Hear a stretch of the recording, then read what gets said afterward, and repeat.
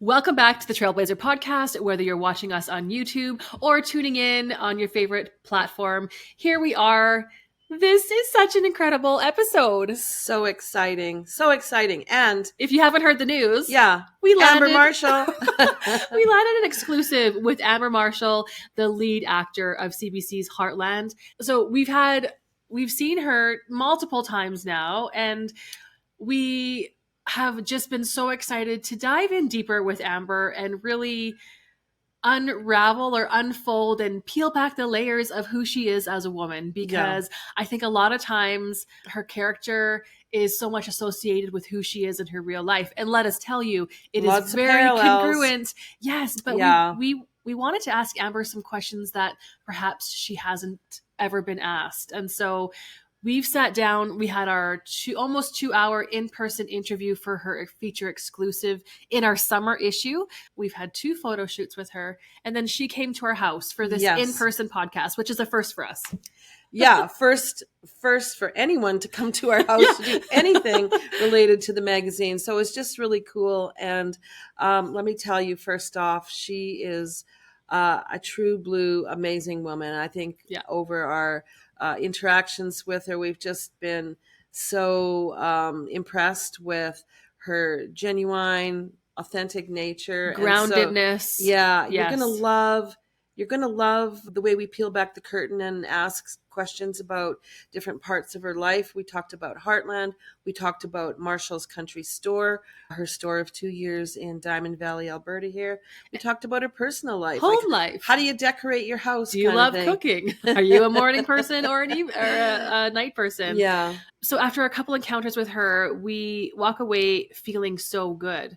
And so Amber has a special energy and vibe about her that when you're in her presence, you just feel good.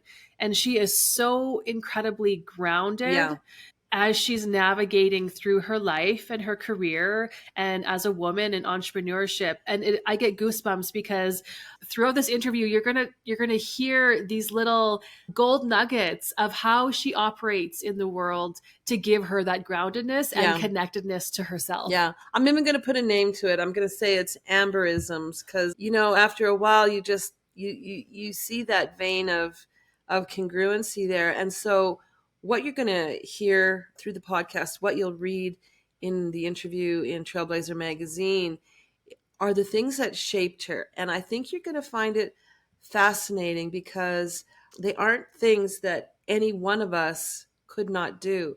But, she's been with Heartland 17 years. The show is #1 longest running popular show in Canadian history. Yeah. And so that's half her life. And so you got to figure at 18, she's 35 now, but turning 36 in June, that has had a deep profound effect on her as a person. Yeah. But also on the fans around the world who absolutely love her. And now we've had insight to understand why. Yes. Why she is so sought after. And I'm going to say, you'll hear in the interview as well, while we were at the store for the store interview, some gals came in from New York. And so you'll hear about what was that like? What was that like? Why were they there? So before we dive in, yes, Amber is on the cover of our summer issue 15. And the link will be in the show notes. If you have not bought your summer issue or a subscription, head to our website, because our exclusive on Amber is 12 pages of never before seen photos and interview questions and insight on her. So we're just thrilled with this opportunity to bring you a closer look with Amber Marshall. Hey, welcome to part 2 of Amber Marshall's 2-part series on the Trailblazher podcast. If you happen to miss part 1, go back a week, listen to part 1, because you're going to want to listen to it flowing right into part 2. So here it is. Enjoy. Marshall's Country Store. Let's go there. And just first of all, congratulations. It's beautiful. The diversity of products and the way it's decorated and just the whole vibe. I just loved being there, and we'll go back and shop. Yes. But so, okay, tell us how that happened, how long you had the idea. Again, it's one of those things that just kind of stumbled into my life. Like, it was a door that was opened and I was like, oh, what's this? Oh, cool. Let's open a store. And very much literally that. I have always loved real estate. So that was one thing that when I was young and I was like, okay, so how do I've now got a good job. How do I invest this money so that it makes sense for me? A lot of people are out buying fancy cars or whatever it might be. And so the very first thing I did before I put any money anywhere is I bought a rental house. No plans of living there ever. I just wanted something that I was like, okay, I can have someone else pay the mortgage. It made sense to me, right? I was like, and then if I want to sell it, I have that equity built up. I have a good investment. Or if I didn't really have any plans of ever living there. It was specifically bought as an investment. And then I was like, oh, and now I can like leverage that and get another one down the road. So then I started adding to my portfolio. I was like, this is really great. It was smart to me. For me, a lot of my friends were in the stock market idea and they were doing great. I'm like, I dabbled in it a little bit, but I'm not a numbers person and I'm not a technology person. So for me, it was so far out of my reach of comfortability that I didn't like it. I was like, I want something that I can see and look and touch and fix up and do some physical labor and stuff like that. That's what made sense to me. And so I had a few rental houses, and then over the years, I sold them and kind of reinvested in new properties and things like that and just did the flip type idea. And one day I was driving to work and I saw this commercial building come up for sale. And I was like, that's a really cute building. I was like, I like that. And so, as I do with a lot of buildings or houses that I see, I look up the listing and I'm like, wow, that's really reasonable. Like, it must need a lot of work, is what I instantly thought. So, I made an appointment to go look at the building. I was like, this is really cool. Like, maybe I want to add a commercial property to my portfolio. So, I had just sold a property. And so, I was like, maybe I can reinvest that money into this. So, I looked at the building and I was like, ooh, yeah, it might need a lot of work, but the bones are good. It's very, in my opinion, I loved the aesthetics look of it. Like it was an older building. It had been there for years. I kind of liked the mature trees around it. Like there was so many things that I gravitated towards it. I like older buildings as opposed to new build.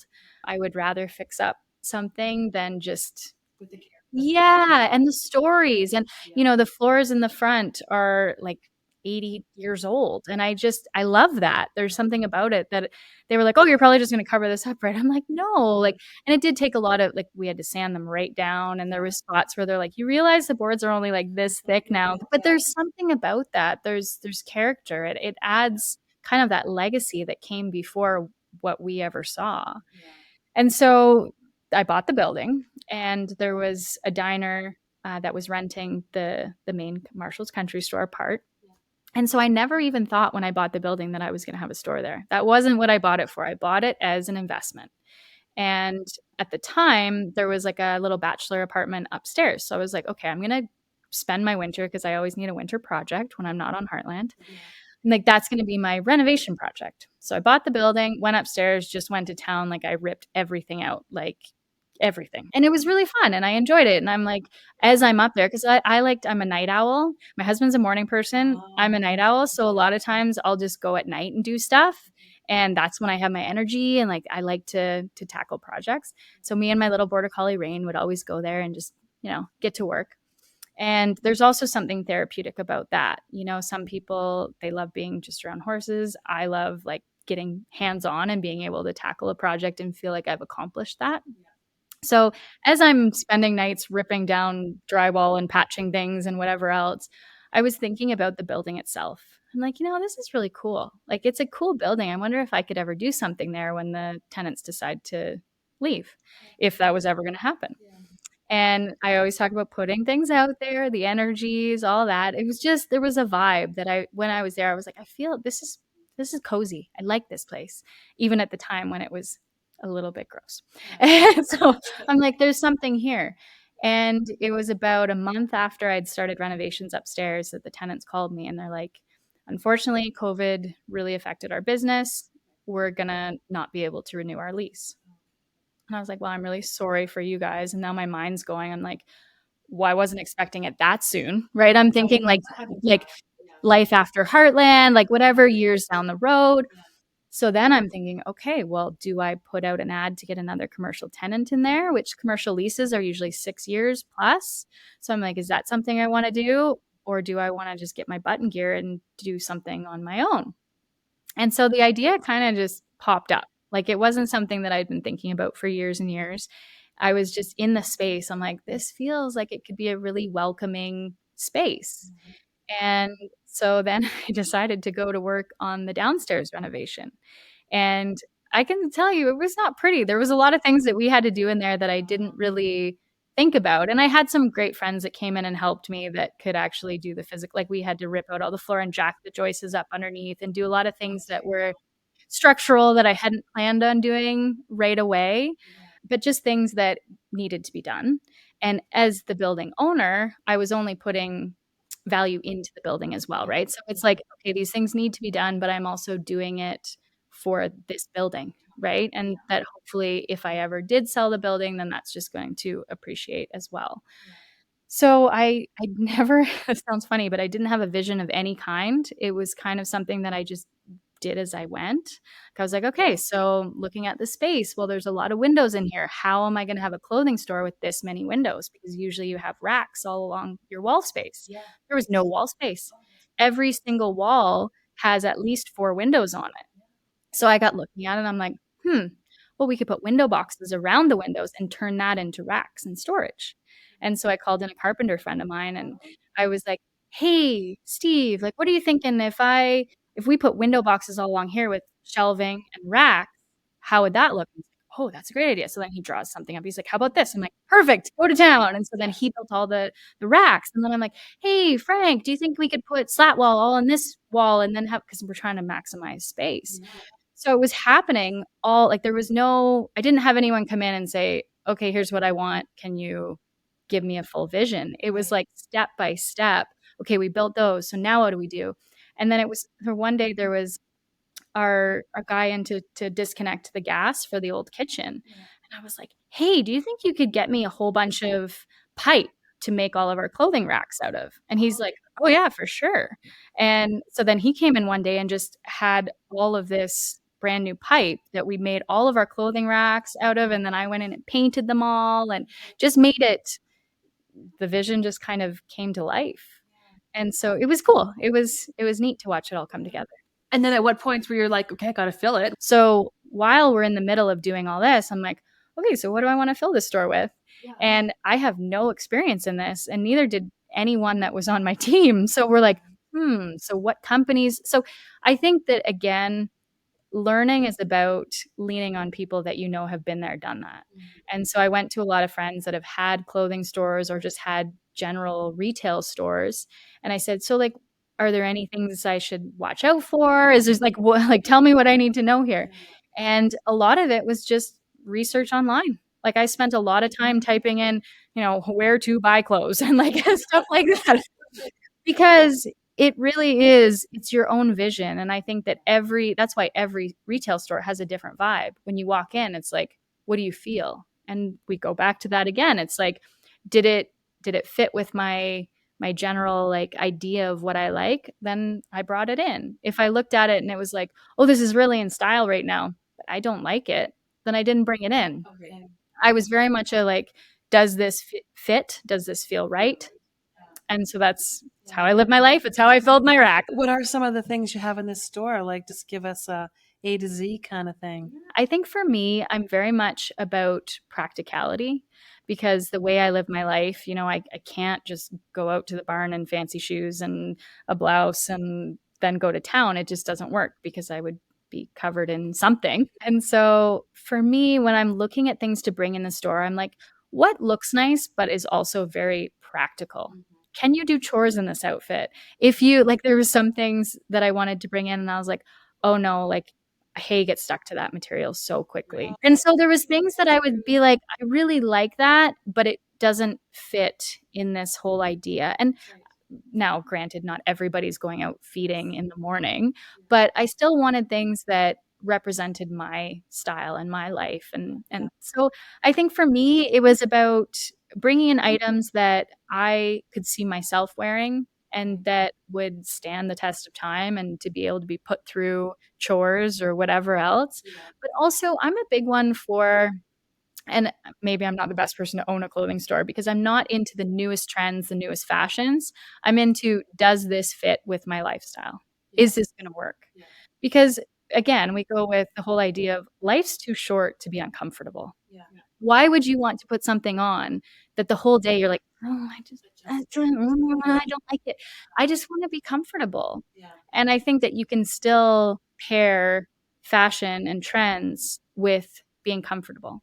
And there's a lot of people I know that they feel a certain way in a certain outfit. And I think that's for everyone too. If you go to work in your pajamas, you're not going to be as productive. You just won't be because you just don't feel. So there's also a difference between comfort but also feeling like you're ready for the day. Because I know, and you can probably relate to this, but if I'm working from home, I have to get up, get dressed, even do my makeup to feel productive. And I'm like, no, like I want to be fresh. I want to be ready for the day. And I think that I'm definitely not an over glamorous person by any means, but there's little things in my routine that I have to do right at the start of the day to feel ready. Yeah. Oh, I know if I work for a day in my house coat, it's not the same energy as pulling yourself together in the morning.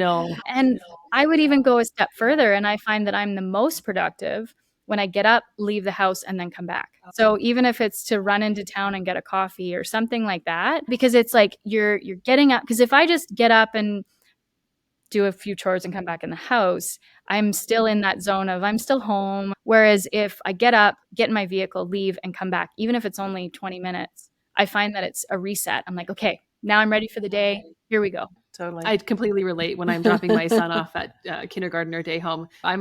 I just need fresh air in the morning. I drive with my window open no matter what the temperature because it connects me to life out there, right? Not just inside. So yeah. And then you've got the online portion to Marshall's Country Store too. So that was a whole nother thing to navigate because with the in-store items, you don't need as many photos and because people see them. They come in the store, they see them on a mannequin, they see them on the rack. They're like, oh, that's nice. I want to take that home.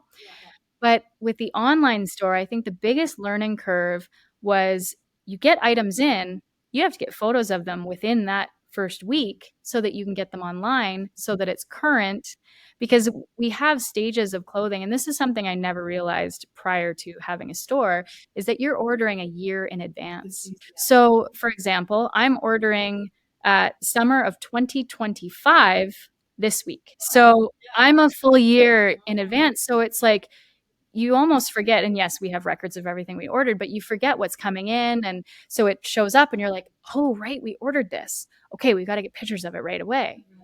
But then once it comes in, then you've got to get it online because pretty soon it's going to be out of season. So I think that was something that and we're still learning that groove and that routine because it is hard, especially because I want to be as part of it as much as I can and doing the photo shoots and things like that. When that stuff comes in, sometimes I'm not even around. So it's like, okay, we got to get photos of this. And having a good team really helps. And I have such a great team at the store. So I trust them to go and take photos and do that kind of thing as well. But it's definitely been a bit of a learning curve in my brain because I'm someone who's very go with the flow, like just do things as they come. And all of a sudden now it's like, okay, no, we have to do that right now. It has its own demand. Any challenges around shipping? Because a lot of times are rural and shipping, oil and water. As you mentioned before, there's a lot of fans of the show that live all over the world that are interested in buying something from the store, but they might live in South Africa, they might live in Australia. And so shipping is so expensive. And nowadays, a lot of people are used to the Amazons of the world where it's free shipping, it gets there overnight, like whatever it might be. And I'm so fortunate that our fans and customers of the store are just really great people. So most of them don't have a problem with it. But sometimes it's like, no, I'm sorry, you're not going to get that for 3 weeks. Like you live in Australia and it's not going to get there. And the shipping is going to be this much because if I covered shipping, I would lose money on the product. And it becomes that whole point of like, I love that we can share our products with the world, but at the same time, it does come with a price tag. Yeah. Amazon has trained us.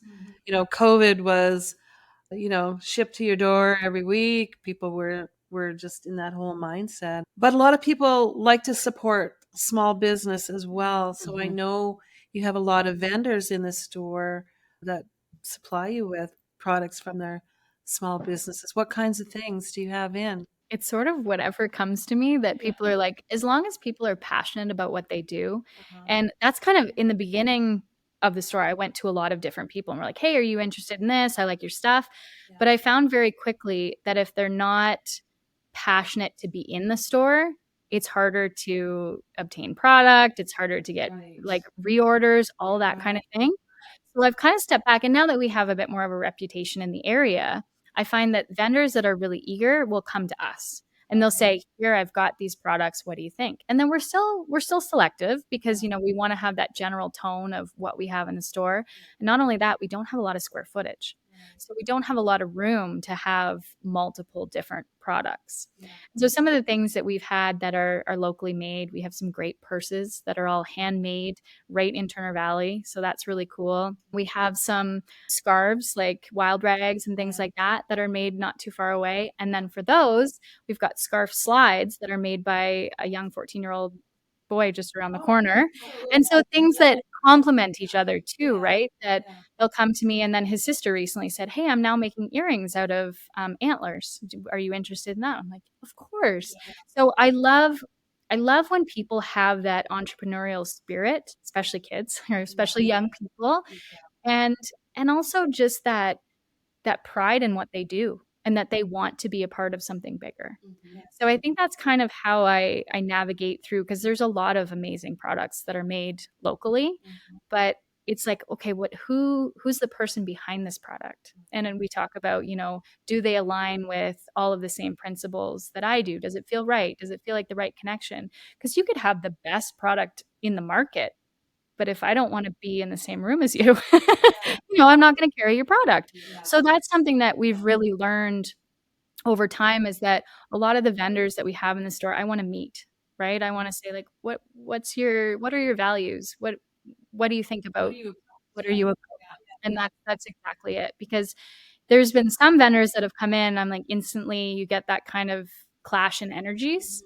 I'm like, okay, well, you make great stuff, but you can sell it elsewhere, right? Like, and so that's one thing it's hard sometimes, but it's also nice to be able to go through and say, I really agree with the way they conduct business. I want this product in the store. Because in a sense, you're in a partnership, and you want to feel that there's trust, respect, integrity, all the good things, right?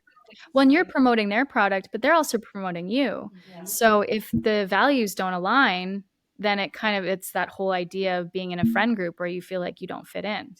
So that's the biggest thing with the vendors that I've chosen. It's like, whose general energy kind of meshes with mine and that of the store, because I want everything just to feel, and maybe that's why when people walk in the store, they get that feeling, because it's a very cohesive vibe. It's something that is kind of been collaborated through the same like-mindedness. And is that what prompted you to start May Market at Marshall's? Like, what gave you that idea in the first place? Well, the very first one we had wasn't actually in May, it was in August.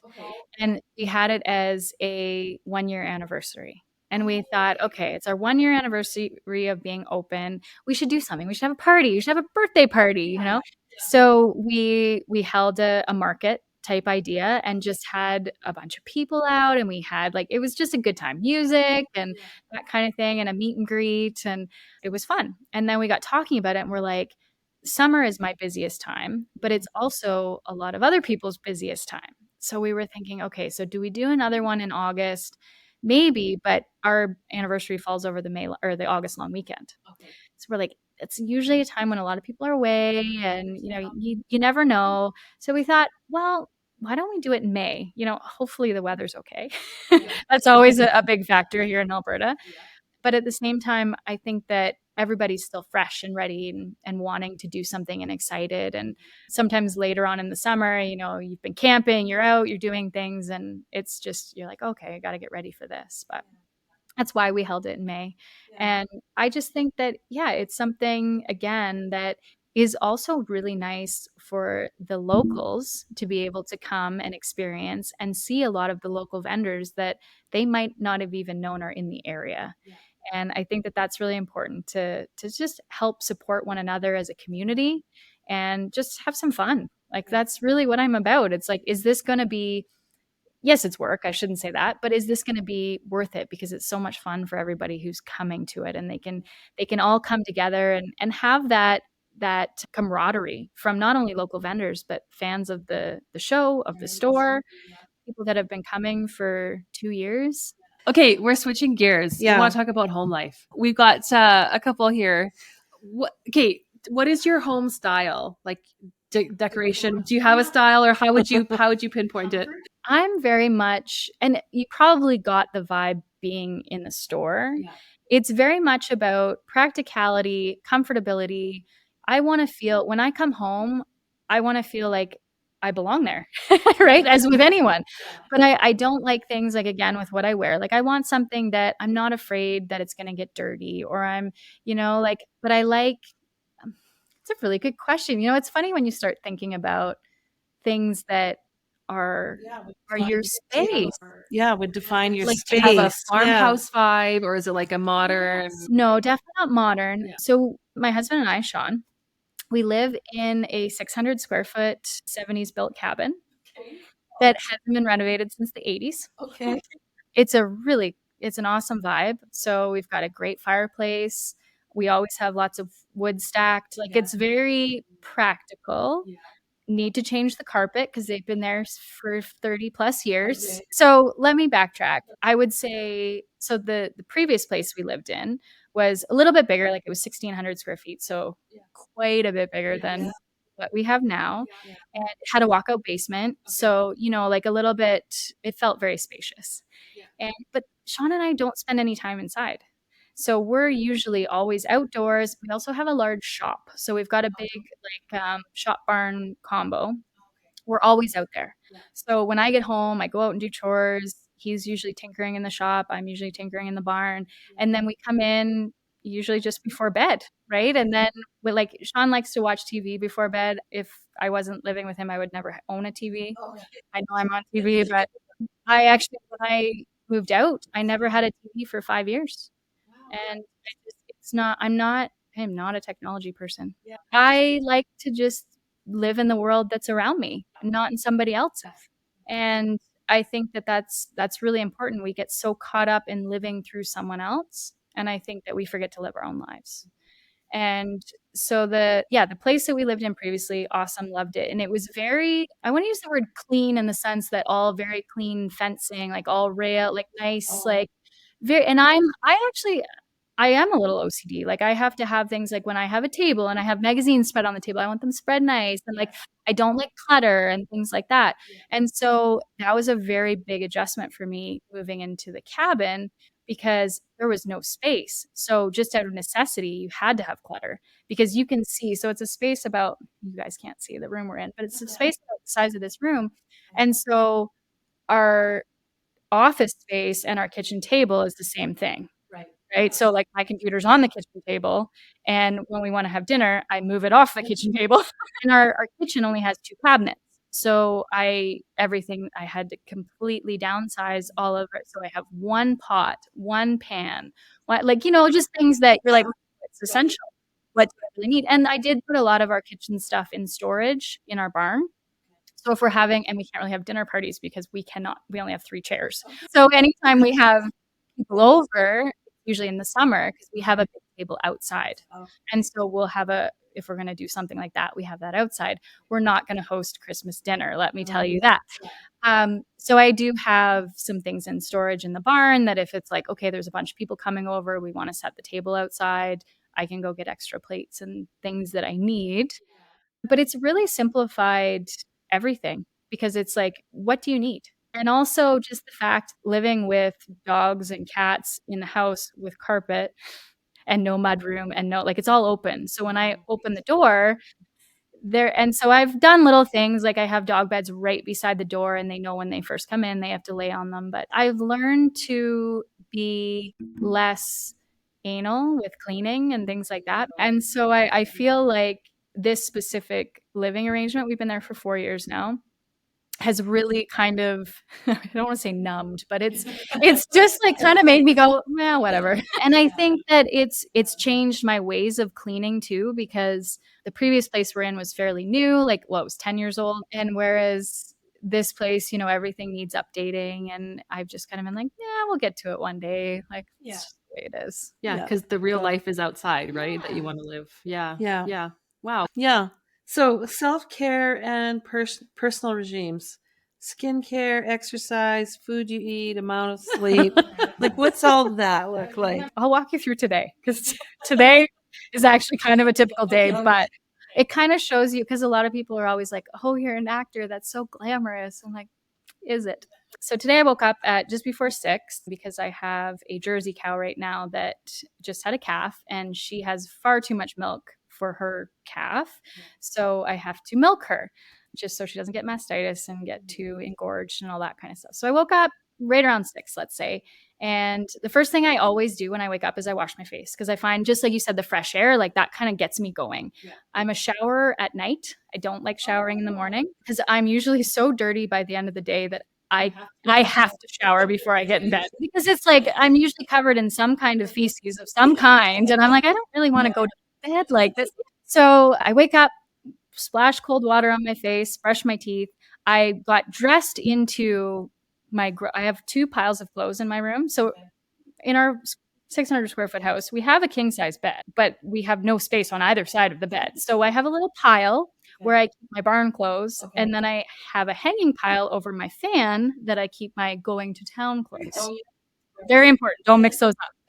So I pull on my jeans that are covered in cow poop and other things. And so I go out in my like comfy, still jeans, but like old sweatshirt and old jeans.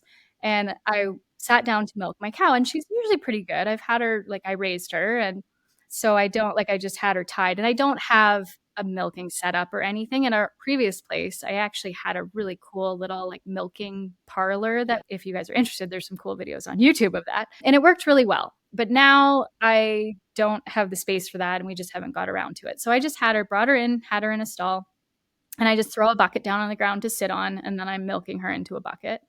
And I'm not a morning person. Let me just start by saying that. I'm most brain functionally active at night. So I'm sitting there, I'm kind of out of it. And it's therapeutic. Like, hand milking is just kind of like, you're just sitting there, you're milking.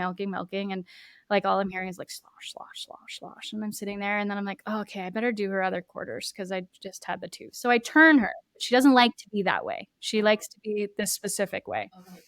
So I sit down, and again, I'm kind of out of it, and I start milking her.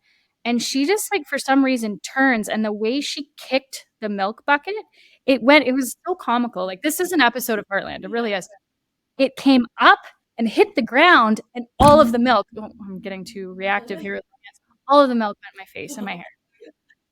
And it was one of those moments where I wasn't quite awake yet. I'm also thinking, I don't have time to shower now because I had to get into the city for a meeting.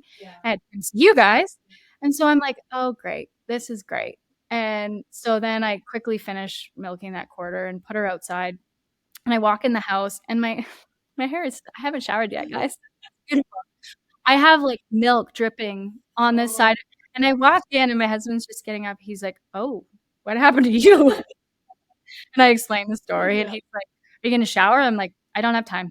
And I was like in that zone where I was just like, I don't even want to think about it right now. Like, that whole idea of like, let's just think of the positive things. And I'm like, okay. So I just quickly like wash my face again and sort of semi-wash my hair in the sink. And then I'm like, okay, I gotta get to town.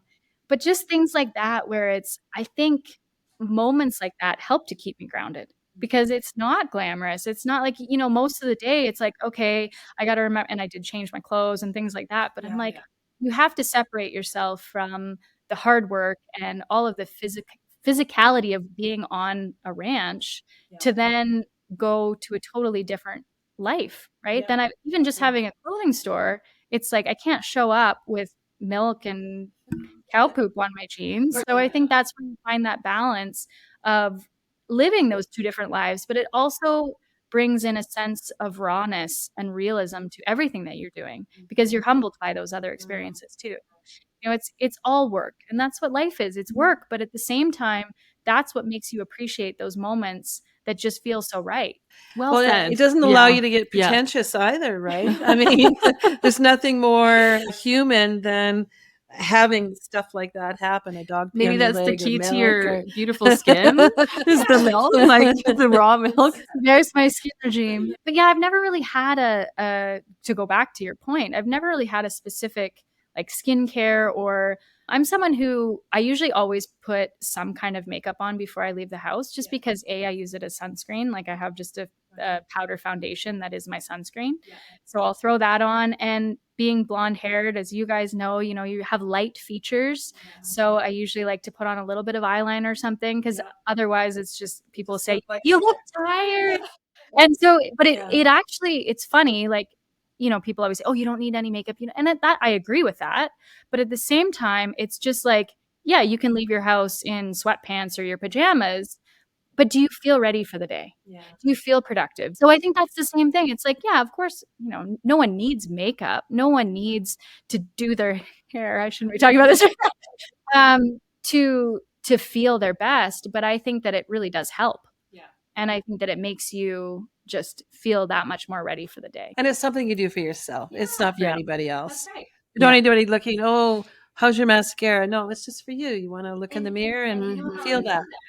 And you know how I know that is that even if I'm working from home all day by myself, I still do that because that's for me, right? It's like, it makes me feel ready. Foods, like what? I heard you don't cook. You mentioned I don't cook. I think also that has to do with the small kitchen, because I found like I actually enjoyed cooking a lot more in our previous place, because right now my biggest counter space is my stove. So because we just have our sink and then our stove, and there's really no counter space. We've got a fridge and that's it. So anytime I'm prepping a meal, I have to prep it on top of the stove. And then if I'm cooking on the stove, I either put it on the floor or like it's a lot of juggling. So I think that for me, it's like people who live in a trailer don't love cooking because it's a functionality thing, right? Now I'm stereotyping. I'm sure there's lots of people that love cooking in small spaces. But for me, I find that I'm such an outside person that it's a chore to come in to do things. And so when I have to leave what I love doing to come in to prepare meals, to me, I'm like, man, that's a waste of my time.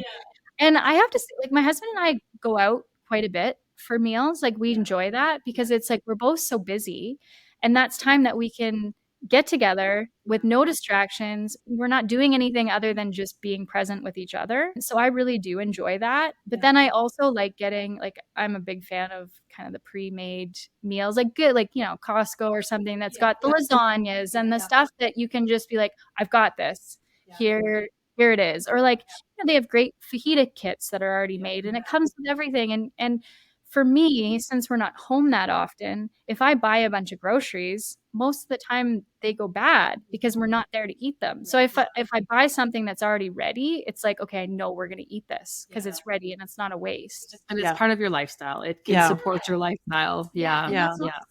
And that's not to say, because I do, when I'm in the mood for it, I love baking. I love cooking. I love that kind of stuff. Because there was during COVID when everybody else was baking bread and doing, so was I.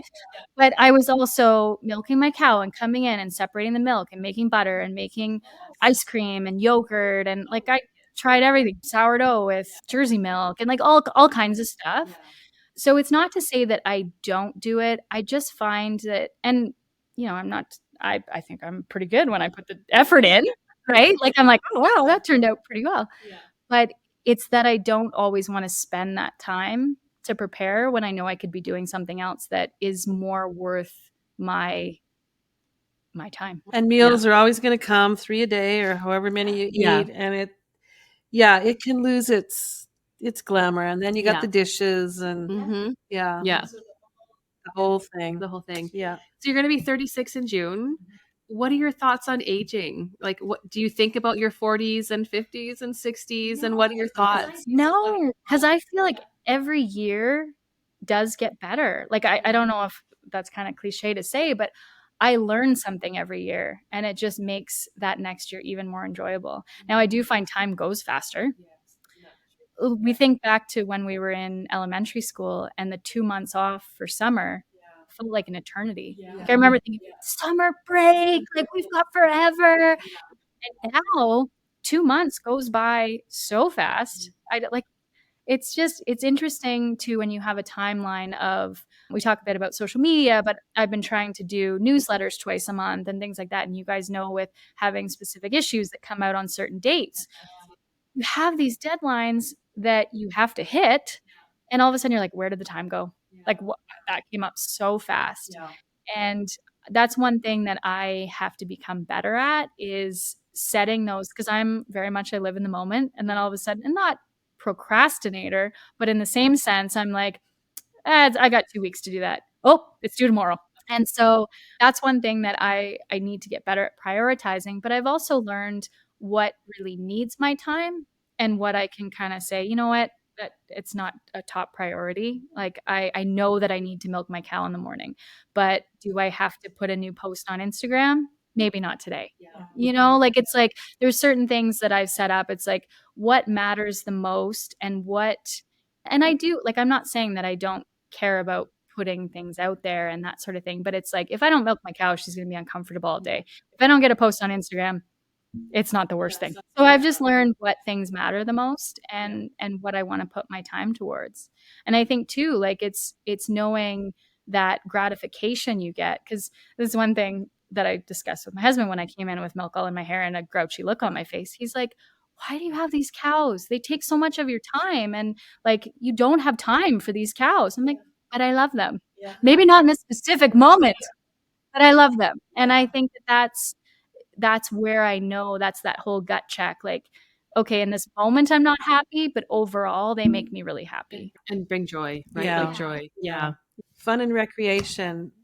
Anything special that you like to do, either with friends, yourself, your husband, places you go, people you like to hang out with, like, Or is it just the animals? I think that it's all about balance. I really do believe that. I think that too much of one thing is not good in any situation.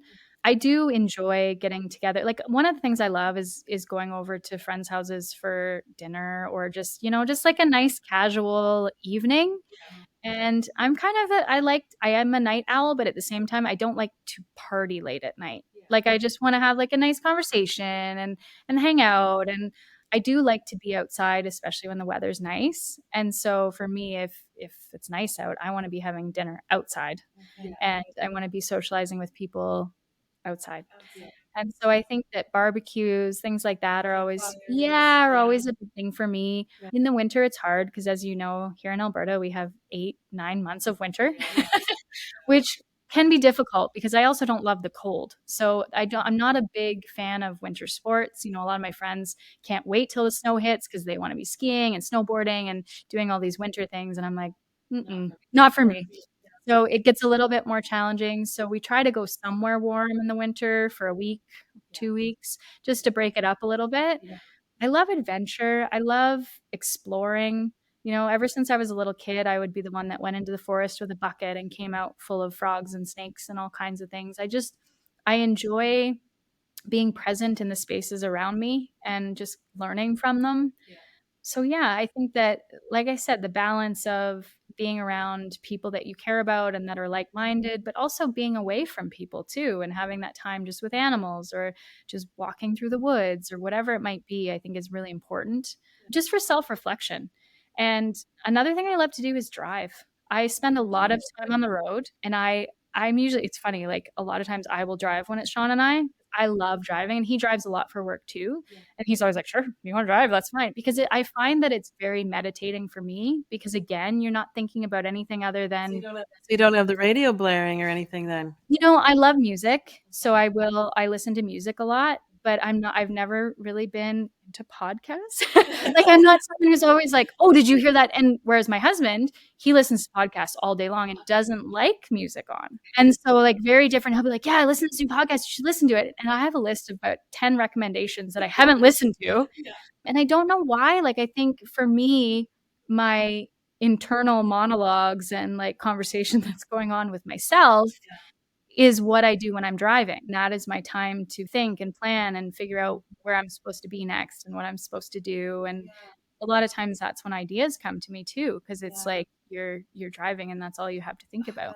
I gotta agree with that. Yeah. That's what I like driving for as well. Yeah. And we like taking little fun road trips every now and then too. Just a day thing or something, and change of scenery, new ice cream place in the town you're passing through, whatever the thing is. But again, relating Yeah. it back to a horse, I think it's that forward movement, right? Because it keeps their energy flowing, moving, and as opposed to staying stagnant. Yeah. Yeah. One more question Cool. before our rapid fire. So, okay, I'm picturing like your lifestyle because I know how grueling the filming schedule is for Heartland. So you work like 13, 14-hour days, and then is it pretty much, and it's from typically when you film, it's May to September. Okay. So are you coming like with Sean? Are you like, okay, like see you in September, see you in the fall? Because you're working. I was thinking about that, like during summer too. Some of the most beautiful days where you've only got weekends to really enjoy your home. So my friends over the years, it's funny because you go through that transition where people will say, "Are you mad at me? I haven't heard from you in like a month." And I'm like, "No, I'm just really busy." And I feel like the friend group I have now really gets that. They know because it's been however many years that this has been my routine. It's like I can be very present in these months, and then over the summer, I'm basically non-existent. But I do think it, again, is about finding that balance. And that's one thing that Sean and I have figured out. It's like, and he's really busy in the summer too. So I think that helps. I think it would be a lot more difficult if your spouse was at home with not a lot to do and you're always gone. Then they'd be like, what do I do? Like, this is boring. Whereas we're both working the same hours. So when we come home, we're tired. And so it's like, and yeah, like you're working 14 hours, but we still get in Alberta, it's light until 11 o'clock. So I'm usually home at 7:30ish. And so we take that time. We love going for evening walks. We'll walk up our driveway or we'll go through the pasture or something. And that's kind of because Sean's not an evening person and I am. And so I love to talk about everything in the evening. And he's like, So he's a good listener. I just chat and he goes, oh, okay. And it's the opposite in the morning. Like he wakes up like, so I think I'm going to run. And I'm like, stop talking. So we've decided that lunch is our time to shine. So anytime we have, and we've just learned that over the years because he'd always want to talk about important things in the morning. I want to talk about in the evening. So we're like, you know what? Why don't we just meet up for lunch? And that's when we discuss any pressing matters. And so we find time quite often to have lunch. And I think sometimes in the summer when I'm really busy on set, I know when my lunchtime is going to be. So a lot of times he'll come and have lunch with me, depending on, where we are and all that kind of stuff. But I think we've just sort of learned that whole all or nothing idea. And it's like in the winter, we get to spend so much time together. And then in the summer, it's like, okay, we're both super busy. It's gonna even out in the fall. Okay, rapid fire. All right, switching gears here. I'll let you run with this one. Okay, Amber, if you could swap lives with any character from Heartland for a day, who would it be? Any character for a date, to play them or to be them in real life? Oh, we didn't specify. Because that's different. Let's go to play. Okay. If I was going to play any character on Heartland, I would play Mrs. Bell. And why? Because I think just changing that whole idea and just being able to get in that character of having a little horse that lives in her house and just being into gardening and it's just a different spin on how you portray a character. What's your favorite memory from a filming on set? Oh goodness. I really like when we get to do unique things. Like there was one episode where we had a bald eagle that we were able to take through the mountains and stuff. And that was kind of cool because it was different. I also loved all the Liberty work that I get to do. So those moments always stand out because I'm like, this is so cool. So they're mostly animal moments, I think. But yeah. What's your go-to comfort food? I love ice cream, but I wouldn't say it's a comfort food because I'm not like, I want ice cream now. It's like when I'm out and I see an ice cream store, I'm like, I'm going to go check that out. I went to Village Ice Cream for the first time the other day. I've been highly recommended. I was not disappointed. It was really, really good.